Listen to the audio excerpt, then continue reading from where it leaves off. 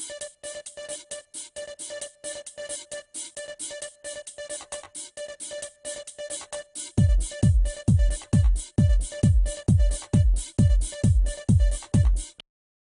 on review we are looking at Transformer War for Cybertron, which is available on the Xbox 360, also over on the PS3. War for Cybertron is a prequel to most of the Transformer fiction out there, which are taking place on Cybertron itself in the civil war between the Decepticon and Autobot over the home planet, and pretty much telling the story of the fall of the planet and why the Transformer had to lead them homeward to go out into the stars. The gameplay of Transformer War for Cybertron is mainly made up of a third-person shooter with a Transformer twist upon of it. Pretty much how Transformer works is you run from one room into the next, fight some enemies, and move on to the next. The only difference here is, of course, since you are a Transformer, you can transform between the vehicle mode and your regular robot form to fight, and at the beginning of every stage you will have the option to pick one of 3 Transformers, which you will get special guns and special ability overall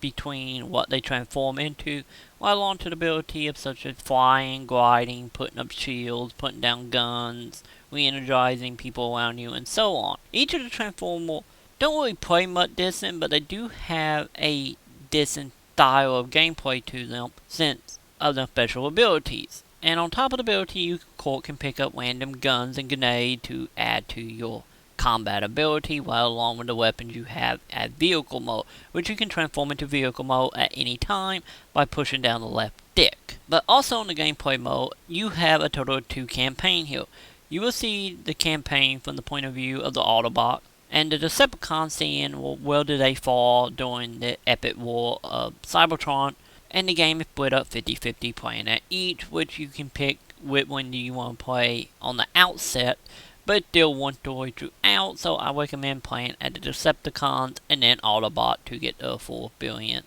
and have the story make sense from beginning to end. The only sad part here is, of course, the gameplay can get a little dull and repetitive at mode with no real cover system to speak of. It's mainly one into a room fight and move on to the net, with a few interesting set pieces thrown in between, like riding Slug to the core of Cybertron, and each of the campaign have one mission where you play as a flying Transformer, which play a little bit more like a PCL combat type of game, such as Wing Commander or another anime property some of you might remember called the Robotech game on the PS2 back in the day. With these stages add some interesting gameplay here, and in some cases it can get a little irritating because you get a little lost in the territory, but overall that happens in general. The downside of Transformer is, of course, since you're on Cybertron, everything looks the same, so you easily can get turned around, confused, or just not really know what you're shooting at till it starts moving. But on the upside of that, since you're on Transformer, the environment and the Transformers themselves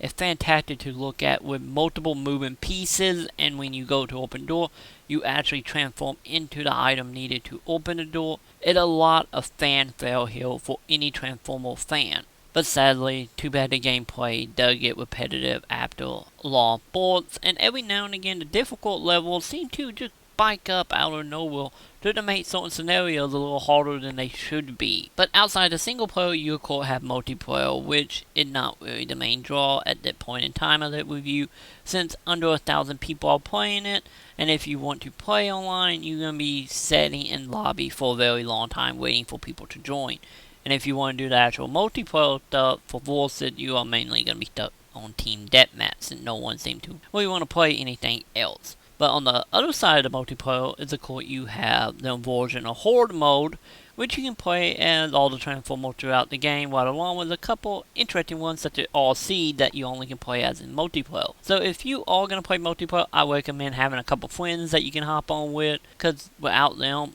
there's really no real point for the multiplayer at that point, sadly. So overall, Transformer is a solid game. It is unique for the fans and give you a lot of backstory on the lore of the Transformer universe, which no Transformer fan should miss out on. But sadly, the repetitiveness can get a little old at time and hurt if you play in long settings. So overall, I give Transformer War for Cybertron